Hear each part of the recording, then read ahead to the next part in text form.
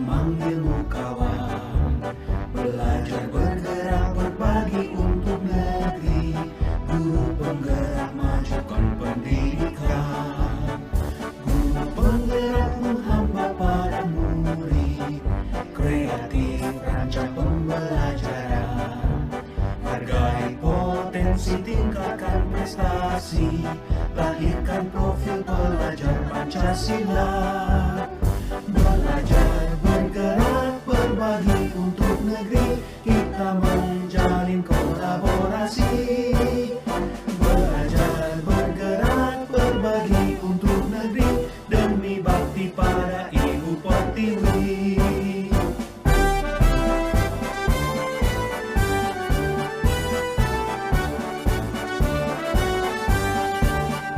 Bulatkan tekad, kuatkan hati, negeri ini memanggilmu kawan. Belajar bergerak berbagi untuk negeri, guru penggerak majukan pendidikan. Guru penggerak menghamba pada murid, kreatif rancang. Assalamualaikum warahmatullahi wabarakatuh. Alhamdulillahirrahmanirrahim. Salatu wassalamu ala asrofil anbiya'i wal mursalin wa ala alihi wa sahbihi rasulillahi ajma'in. Rabbi shrah li sadri wa yassir li amri wa hlul 'uqdatam min lisani yafqahu qawli. Baik, yang sama-sama kita hormati Ibu Kepala Sekolah, selanjutnya kepada Bapak Ibu Wakil yang ada yang berkesempatan hadir di sekolah pada hari ini.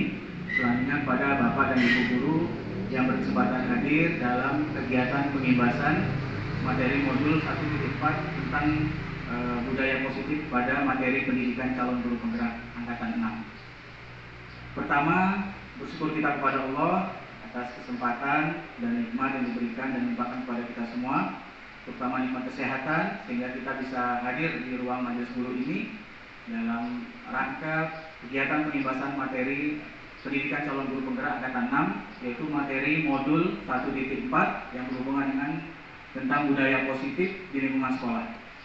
Selanjutnya, salawat beriring salam semoga selalu tercurah kepada suri tauladan kita Nabi Muhammad SAW. Allahumma sholli ala Muhammad wa ala ali Muhammad.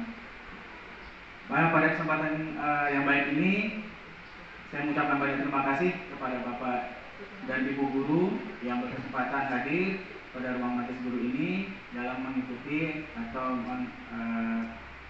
menyaksikan kegiatan atau tugas saya itu mengimbaskan materi modul 1.4 yang berhubungan dengan budaya positif di lingkungan sekolah. Mohon izin, saya Budi Gunawan, calon guru penggerak angkatan 6 dari SMK 1 Kota Baru, Kabupaten Mas Raya, Provinsi Sumatera Barat, menyampaikan materi yang berhubungan dengan budaya positif.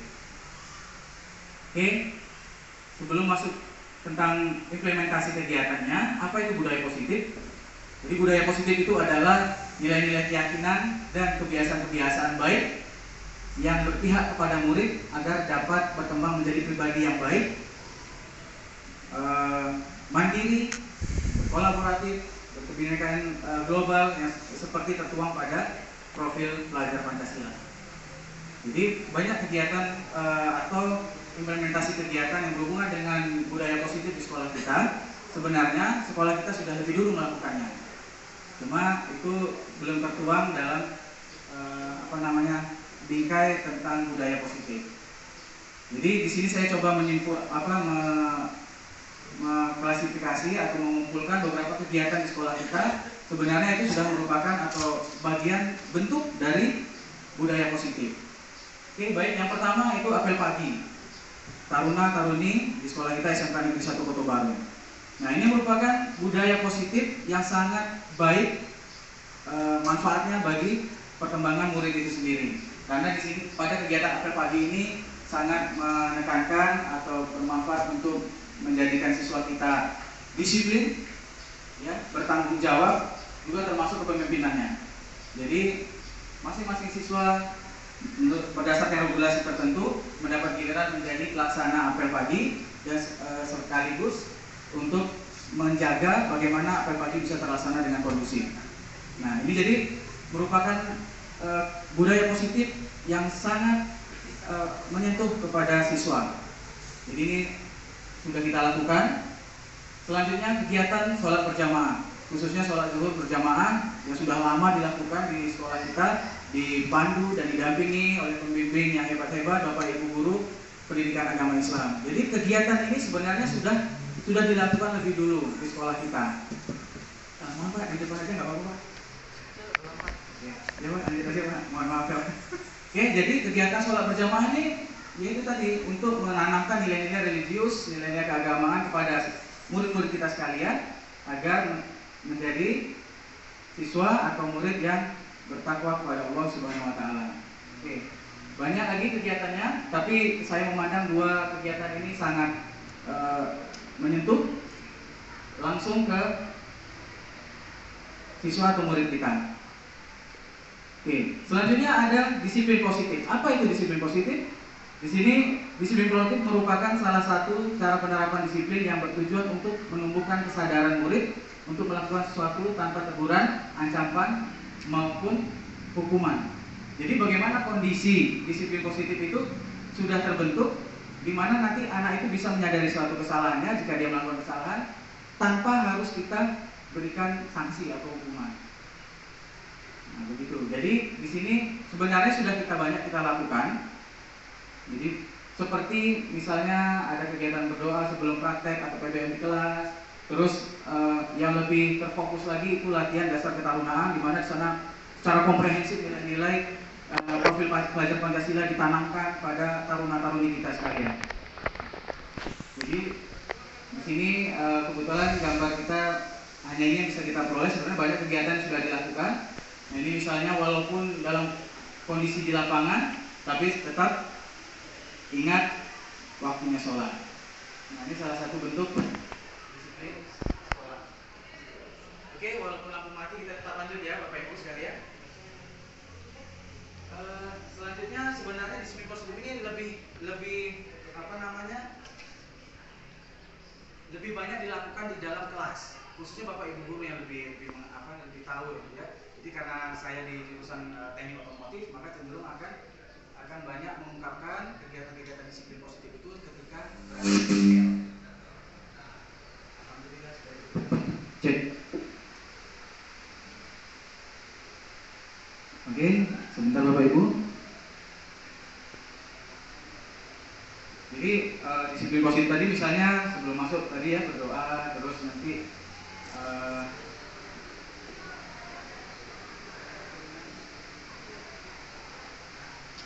jadi fokus disiplin positif tadi itu mengarah kepada nilai-nilai kebajikan. Seperti yang kita ketahui dalam kurikulum Merdeka, nilai-nilai kebajikan itu tertuang pada profil pelajar Pancasila. Ada 6 nilai-nilainya itu di mana apa? Beriman dan bertakwa,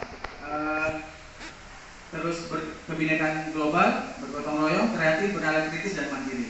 Jadi disiplin positif itu ngarahnya atau fokusnya itu bagaimana murid atau kita sebut taruna-taruni kita sekalian itu bisa menjadi pelajar yang memiliki profil pelajar Pancasila.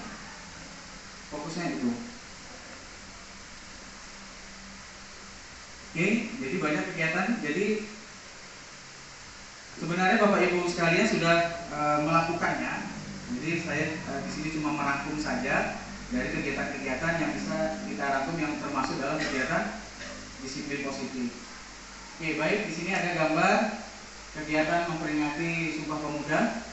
Nah, di sini mencerminkan nilai-nilai taruna-taruni kita sekalian termasuk Bapak Ibu guru yang menanamkan nilai berkebinekaan global. Maksudnya apa? Kita di sini menampilkan budaya-budaya dari dari masing-masing daerah.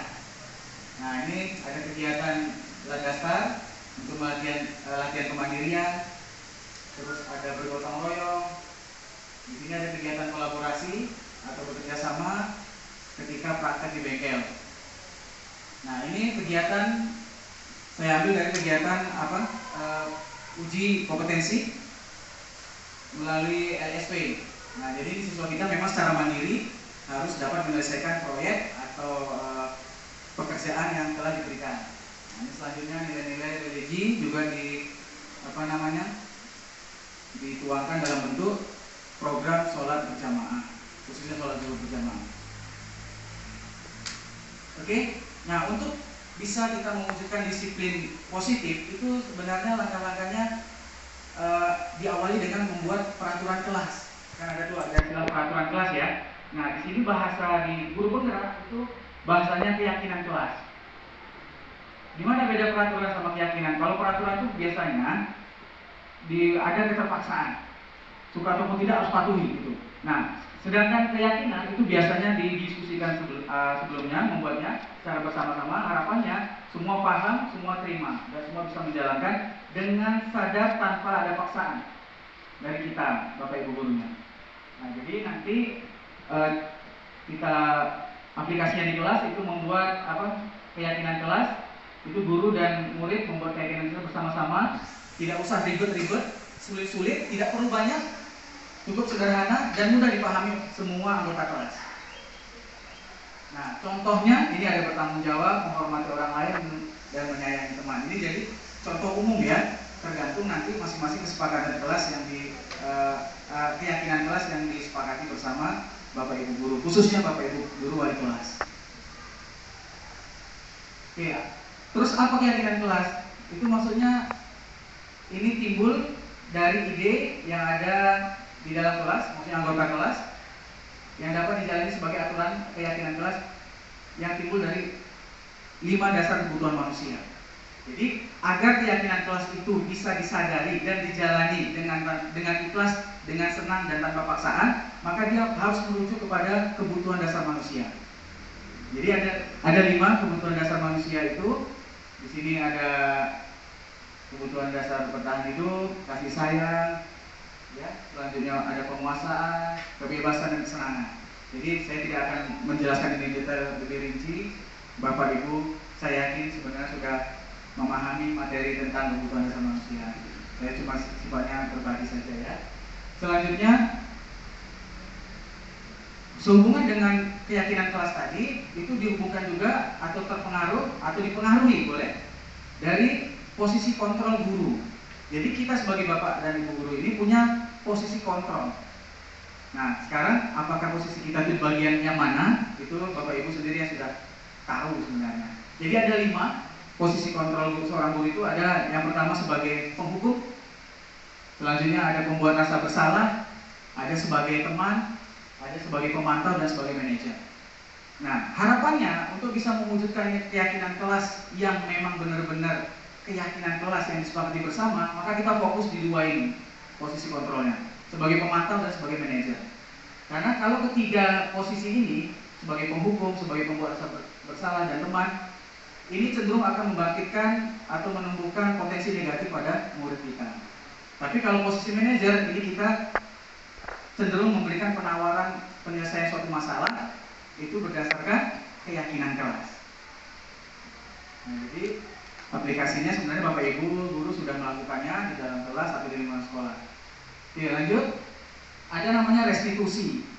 Selain posisi kontrol guru, ada restitusi, di mana restitusi ini sebenarnya sebuah pendekatan penyelesaian masalah pada siswa atau pada murid dengan jalan itu mengedepankan potensi positifnya. Jadi tidak fokus sama kesalahannya. Jadi kalau menurut dosen tahun 2004, jadi restitusi itu proses menciptakan kondisi bagi murid untuk memperbaiki kesalahan mereka sehingga mereka bisa kembali kepada kelompok mereka dengan karakter yang lebih kuat. Jadi restitusi juga merupakan proses kolaborasi yang mengajarkan murid untuk mencari solusi untuk masalah mereka dan membantu murid berpikir tentang orang seperti apa yang mereka ingin menjadi. Maksudnya dia ingin menjadi apa gitu ke depannya.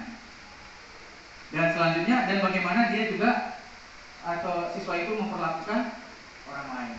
Jadi fokus ke dirinya, dia mau jadi apa ke depan dan bagaimana memperlakukan orang lain di lingkungannya. Oke, jadi di restitusi ini sebenarnya banyak model pendekatannya, tapi di materi guru penggerak itu ada fokus di segitiga restitusi. Jadi pertama menstabilkan identitas, yang kedua validasi tindakan yang salah, terus menanyakan keyakinan. mengingat waktu yang terbatas, saya tidak bisa menguraikan contoh kegiatannya, tapi nanti Bapak Ibu sekalian bisa melihat video di YouTube, channel YouTube saya. Ini nggak promosi ya Bapak Ibu. Jadi karena ini bagian dari tugas, silahkan dilihat di sana. Ada contoh bentuk menangani atau menyelesaikan kasus dalam pendekatan menggunakan segitiga restitusi. Jadi masalahnya itu kita ambil ada 2 orang siswa di teknik otomotif bermain bola basket di beranda atau di teras kelas. Secara tidak sengaja bolanya melanting ke kepala sekolah. Itu saya buat kasusnya. Habis itu terjadi masalah kan. Nah, jadi nanti kita lakukan pendekatan restitusi untuk menyelesaikan masalah dengan tetap membangkitkan semangat dan mental anak untuk dia bisa bergabung di lingkungannya. Dia tetap merasa dia tetap mengakui kesalahannya, tetapi bukan berarti dengan kesalahannya dia menjadi minder atau bahkan nanti malah menjadi lebih sikap negatif. Oke, hanya itu yang bisa saya sampaikan pada kesempatan pengibasan materi modul 1.4 pada pendidikan calon guru penggerak ini. Terima kasih, saya ucapkan sekali lagi kepada Bapak dan Ibu guru yang sempat hadir dan mengikuti kegiatan ini. Saya yakin dan percaya Bapak Ibu, apa yang saya sampaikan belum ada apa-apanya dengan pemahaman, pengetahuan yang Bapak Ibu miliki. Tapi sifatnya sini saya masih belajar, sifatnya berbagi, sharing, jadi bukan berarti menggurui. Mohon maaf apabila yang saya sampaikan ada yang kurang berkenan di hati Bapak Ibu sekalian. Saya akhiri, wabillahi taufiq wal hidayah. Assalamualaikum warahmatullahi wabarakatuh. Salam dan bahagia.